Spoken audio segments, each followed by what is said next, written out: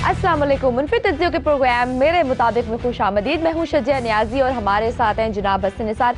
हसन साहब, कल मैंने आपको एक क्वेश्चन बताया था, अपने व्यूअर का एक क्वेश्चन था आपके लिए, आई होप आपने तैयारी की होगी। क्वेश्चन ये था हमजा सईद का कि सुनने और बोलने में क्या फ़र्क है? सुनने और बोलने में यही फ़र्क है कि आप बोल रहे हो, मैं सुन रहा हूँ। अच्छा, दूसरी बात यह है, ये तो शेक्सपियर ज़ाहिरी ने फ़र्क कहा है था जी। कि give every man the air, give every man the air but few the voice. ठीक अच्छा। हो गया। और हमारे सूफिया ये कहते हैं कि अगर इंसान सही मानों में सुनना सीख ले तो वो फिर रब की आवाज भी सुन सकता है। वाह। इसका मतलब ये है कि कम से कम बोलना। और तीसरी बात यह है कि कान बंद करने को तो मैंने किसी इंसान के आगे कोई दरवाजे या कोई बैरियर नहीं देखा, लेकिन जबान एक है और उसको बंद करने के लिए आगे मुंह मौजूद है। इसका क्या मतलब है? ये नेचर की तरफ से एक मैसेज है कि भी दो कान हैं, इसलिए सुनो दो गुना। अच्छा। ठीक है, बोलो उससे आधा। और एक और बात यह है कि अच्छा सामे जो होता है ना, अच्छा लिसनर, वो ज्यादा बोलने वालों से ज्यादा समझदार होता है। सो यही है बुनियादी फर्क। अच्छा। सुनना जो मत है उसको तरजीह वो देनी ज़्यादा चाहिए, तरजीह जरूरी है। देनी चाहिए। एक ये खामोशी की ज़ुबान भी होती है साहब, इसके बारे में क्या कहेंगे कि खामोशी की भी अपनी एक ज़बान होती है? डेफिनेटली होती है, सुकूत बोलता है जी। ये, इसमें तो कोई शक नहीं। और इससे तो हमारी पोइट्री भरी पड़ी है, लेकिन ये और तरह का, थोड़ा ये किसी और तरफ निकल जाएगा। ठीक है, ठीक है। मैं तो बुनियादी तौर पे आम जिंदगी की एक प्रैक्टिस की बात कर रहा था। खामोशी की जुबान तो आखिरी जुबान होती है। एक बात आप सुन लो, आप जानते हो सुल्लू अंकल मेरे दोस्त हैं, जी जी जी। हॉस्टल में हम आमने सामने बैठ के बस चुप करके बैठे होते थे, पढ़ रहे होते थे, तो गुजरते हुए लड़के पूछते थे कि यार तुम दोनों को कभी बात करते नहीं देखा। तो सुल्लू ने एक बार कहा कि यार हमारी दोस्ती का वो लेवल है जहां खामोशी बोलती है, वाह। हम कम्युनिकेट कर लेते हैं बगैर बोले। बात किए। बिल्कुल सही। आप आगे चलो। हाँ, मुझे बहुत खूबसूरत बात याद गई पुरानी। हाँ ठीक है, चलिए मैं आपसे क्वेश्चन नेक्स्ट पूछती हूँ। वज़ीर-ए-आज़म इमरान खान ने कहा है कि सरकारी मुलाजमीन का अब करप्शन पर तबादला नहीं बल्कि बरतरफी होगी। मैं देखो बात सुनो, मैं मुद्दतों से जब ये पढ़ा करता था ना कि जी फलां करप्ट अफसर को या मुलाजिम को फलां जगह से तब्दील करके फलां जगह भेज दिया गया है, तो मेरा दिल करता था इन ऐसे लोगों को ना लाइन में खड़ा करके बंदा गोली मार दे। बंदा पूछे, तुम एक बदकार को, एक कमबख्त आदमी को, एक करप्ट आदमी को एक जगह से उठा के दूसरी जगह, जिस जगह भेज रहे हो वहां पाकिस्तानी नहीं रहते, वहां इंसान नहीं बसते। बुनियादी तौर पे देखो, मेरे नजदीक ये हैं सिंबल्स तब्दीली के।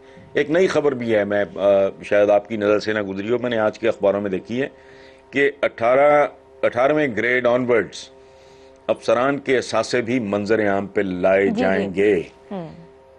ये हैं वो बातें जो कल्चर को तब्दील करेंगी, जो मेरे और आपके जो इर्द गिर्द जो एक दुनिया है, अगर वो तब्दील नहीं होती, रवैये तब्दील नहीं होते, प्रायोरिटीज तब्दील नहीं होती, तो एक कच्चे घर से एक पक्के घर में जाना या एक पक्के घर से एक बहुत बड़े घर में चले जाना, ये कोई तब्दीली नहीं है।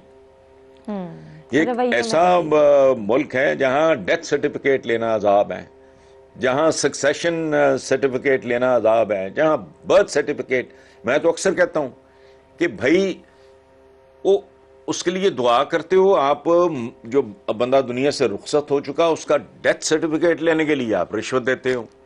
बच्चा पैदा होता है उसके कानों में अजान दे रहे हो, जिसने उसका बर्थ सर्टिफिकेट देना है उसको आप हराम दे रहे हो। तो ये क्या एक बेसिकली ये जो एक और बहुत जबरदस्त काम है। कभी अच्छा आप गौर करो, ये जो जितने सरकारी मुलाजमीन हैं इनकी भारी अक्सरियत नौकरी पे नहीं जाती, अपने अपने अड्डों पे जाते हैं जहां इन्होंने काम नहीं करना होता, दिहाड़ियां लगानी होती हैं, बाहर उनके इश्तिहार होते हैं। एक मामूली ग्रेड का आदमी, उसकी अगर को बाहर 30-40 लाख की गाड़ी खड़ी है तो वो उसका इश्तिहार है, क्या हो मैं अंदर बैठा हूं, मेरे साथ डील करो आके, कायदे आजम की तस्वीर के नीचे।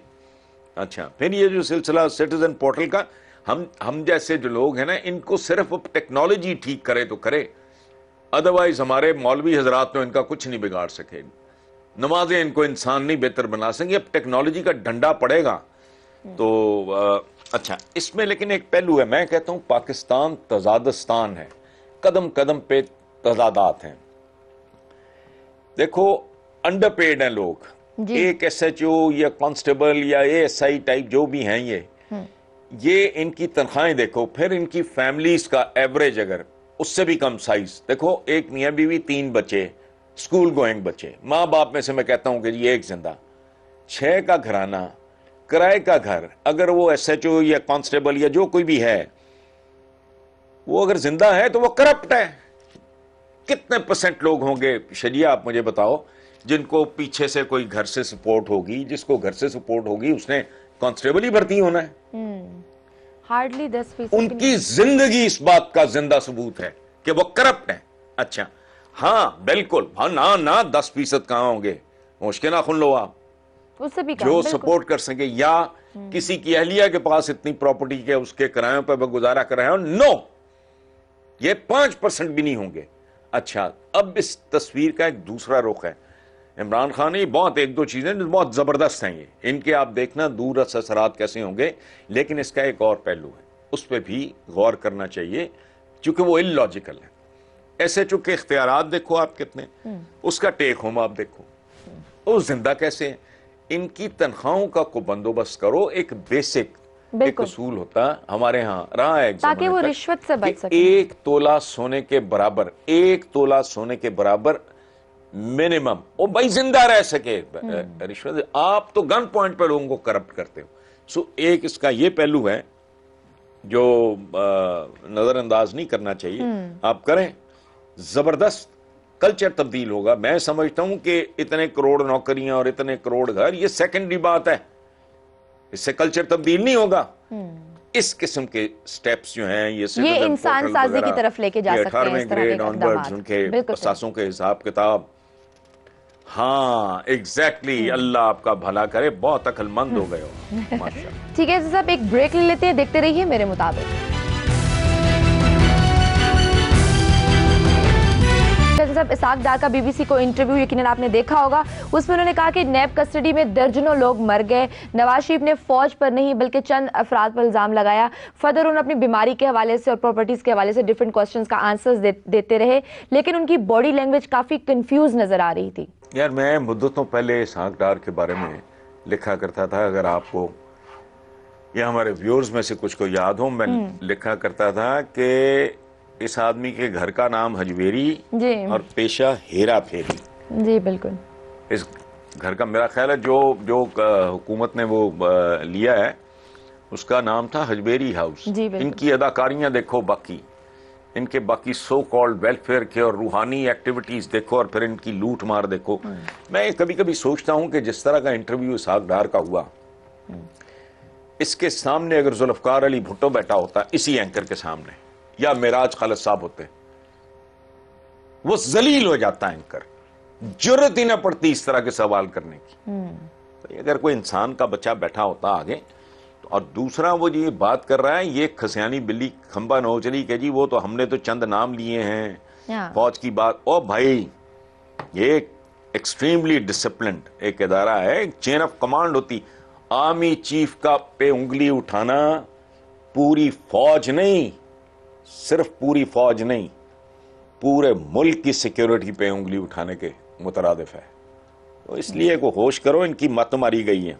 चंद रोज पहले मैंने लिखा भी है, पता नहीं किसी का कोट है ये, कि show me a liar and I will show you a thief. बिल्कुल याद रखना, झूठ और चोरी, झूठ और चोरी ये जुड़वा बहन भाई हैं। हाँ अब आगे पूछो, आपने अभी क्या कहा था? मैंने कहा सपोज करें कि अगर इसाक डार की जगह नवाज शरीफ ये इंटरव्यू दे रहे होते, कि अगर नवाज शरीफ होता। हाँ जी, यार मैं बेवकूफ हूँ जो इस तरह की बात, वो नवाज शरीफ को अंग्रेजी पैदल है, वो मैं भी पर्चियां पढ़ के वो याद नहीं, बराक ओबामा के हुजूर वो क्या कर रहा था वो आदमी। छोड़ें, डार इस फैमिली का इकलौता पढ़ा लिखा, हालांकि इस फैमिली का तो नहीं है, वो तो बवजू बना लिया गया, इस फैमिली का स्टार है, वाहिद पढ़ा लिखा आदमी है। इसीलिए इसी को आगे किया, उसने भी जो कुछ किया जवाबन वो आपके सामने है, पूरी कौम के सामने। लेने के देने पड़ गए।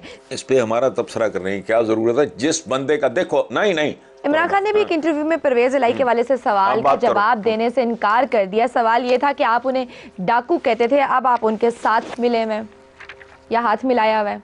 देखो, मेरा ज़ाती ख्याल ये है, जो मैं एक्सपेक्ट करता हूँ इमरान खान जैसे आदमी से, कि वो ग्रेस का मुजाहरा करता और कहता है कि यार वो बस रौले गौले में गलती हो गई, वो एक सियासी किस्म की बात थी, वो मौसम ही ऐसा था। अब ये ऐसी मैं कोट पहन के बैठा हूँ, 1.5 महीना पहले मैं इसका तस्वुर भी नहीं कर सकता। मौसमों की बात होती है, उस वक्त अपोजिशन के ये घोड़े पे सवार थे, एहतजाजी पॉलिटिक्स कर रहे थे, निकल गया होगा।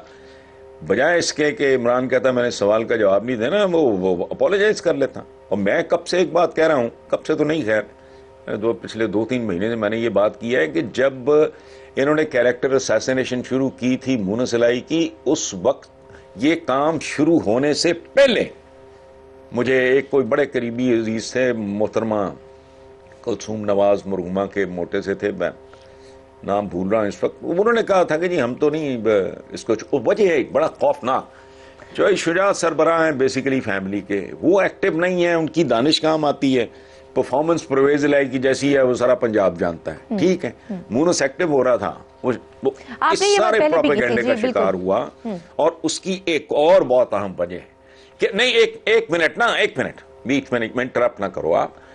उसकी एक बहुत बड़ी वजह भी ये है कि इमरान के इर्द गिर्द जो हैं वो बेचारे, मतलब उनमें से तो हैवी वेट तो शायद 1-2 लोग ही होंगे, तो इस तरह के ख़ानदान की कुर्बत उनके बारे में नहीं कि इमरान के वो करीबी हल्के में वो दाखिल हों, डेफिनेटली उनके बारे में नहीं है। एक वजह ये भी, there are so many reasons, लेकिन बार उसे कह देना चाहिए था कि यार गलती हो गई, कोई बात नहीं, हो जाती है इंसान। हज़रत मूनस इलाही के वाले साहब पहले भी तो बात कर चुके हैं ना कि प्रोपेगेंडा का शिकार हो गए, इमरान खान भी उसका शिकार हो गए। अच्छा, बिल्कुल। आप 1 करोड़ बार पूछोगे मेरा नाम क्या है, मैं कहूँगा हसन निसार जी। आप 1 अरब बार मुझसे पूछोगे कि मेरा मजहब क्या है, मैं कहूँगा इस्लाम। आप पूछोगे 10 अरब बार कि नेशनैलिटी, मैं कहूँगा पाकिस्तानी। भाई ये नहीं है कि आप एक ही सवाल अगर मुख्तलिफ तरीकों से 1 करोड़ बार करोगे तो जवाब तो वही आएगा ना। ठीक है। दूसरी बात जहन में रखना कि जो नाक़िसुल अक्ल होते हैं वो नहीं जानते, नहीं सुन लो जरा, वो नहीं जानते कि रेपिटेशन और रीइंफोर्समेंट में फ़र्क होता है। दुनिया की इस्टेब्लिश तरीन जिनके नाम बच्चे भी जानते हैं, उनके सुबह दोपहर शाम एड्स क्यों, कमर्शियल्स क्यों चल रही होती है टीवी पे? वो रीइंफोर्समेंट हो रही होती है, एक आप हैमर कर रहे होते हो एक ही बात। Please proceed. ठीक है साहब, एक ब्रेक ले लेते हैं, देखते रहिए मेरे मुताबिक।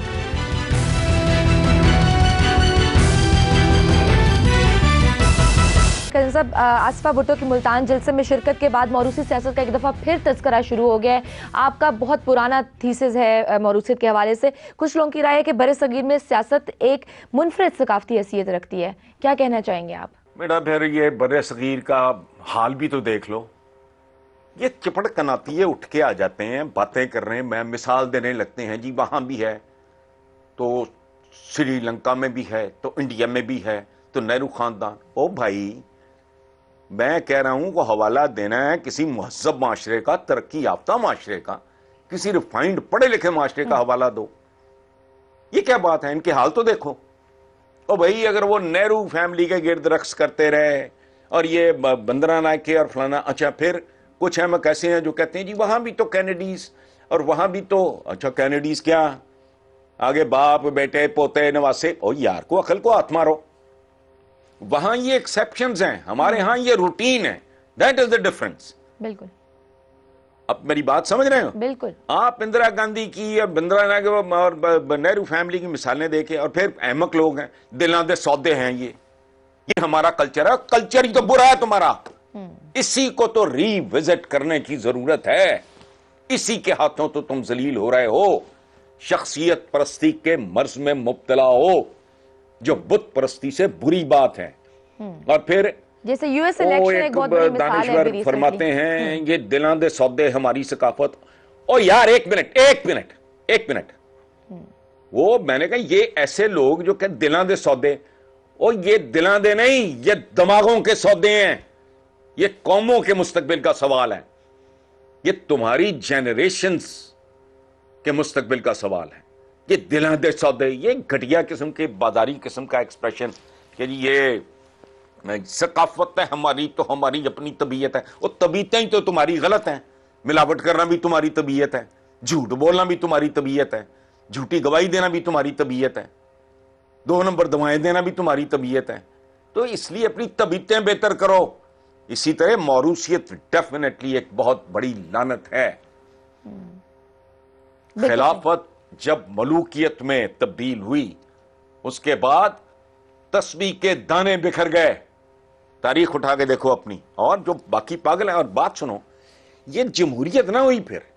अगर मेरे बाद मेरा बेटा, आगे फिर बेटी, और आगे आगे फिर उसका बेटा, और फिर दामाद, और फलाना, फिर ये छाबड़ी है, ये कोई मकान है, ये कोई मुरब्बा है, ये कोई शॉपिंग मॉल है, ये कोई रेड़ी है, ये अम्मा का जहेज है जो मां को आगे मुंतकिल हो गया। को खुदा का खौफ करो भाई, मेरा क्या लेना देना। मैं तो स्कूल डेज में भी कभी पॉलिटिक्स में इंटरेस्टेड नहीं था। मेरे दोस्त थे ओलंपियन हॉकी के, अख्तर रसूल के ब्रदर इन लॉ भी और कजन भी। अब कॉलेज तक, यूनिवर्सिटी तक उस बंदे ने ना, बहुत प्यारा दोस्त था मेरा, पॉलिटिक्स। मैंने कहा मुझे इसके नाम से नफरत है, पॉलिटिक्स क्या करेंगे, मेरा कोई लेना देना नहीं। लेकिन एक और बात सुनो जरा, ये इंपॉर्टेंट बात है। आपके, हमारी जो आबादी है इस मुल्क की, ये जो कानून साजियां हैं, ये चंद खानदानों की जागीर हैं। और बाकी भाई आपके बच्चे जर्नैल बनते हैं, जज बनते हैं, सिविल सर्वेंट्स बनते हैं, टॉप के खिलाड़ी बनते हैं, इंजीनियर्स बनते हैं, डॉक्टर्स बनते हैं, आईटी एक्सपर्ट्स बनते हैं, क्या नहीं बनते, और दुनिया में अपनी पहचान नहीं कराते। ये सवाए कानून साजी, कुछ शर्म करो। 24 करोड़ की आबादी में और 24 खानदान भी नहीं है, इससे भी कम है, जो सबसे अहम तरीन काम जो है उस पर जिनकी मुनाफली है। तो डूब मरो जी। तुम कहते हो हमारा कल्चर है तो दिलों के सौदे हैं, ये अच्छे दिलों के सौदे हैं भाई, और ये दिमाग का सौदा है। आप बनोगे ना शीरी फरहाद, लैला मजनू, हीर रांझा, तो अंजाम भी उन्हीं जैसा होगा, और उसी अंजाम से हम लोग 2-4 हैं। महाराज चलो, तुमने मेरी दुम पे पांव रख दिया, अब क्या करूंगा। ठीक है, हमारे प्रोग्राम का वक्त भी खत्म होता है। हसन साहब, लिखना ना भूलिए MM@u.tv पर। अपना बहुत सा ख्याल रखिए। अल्लाह हाफ़िज़।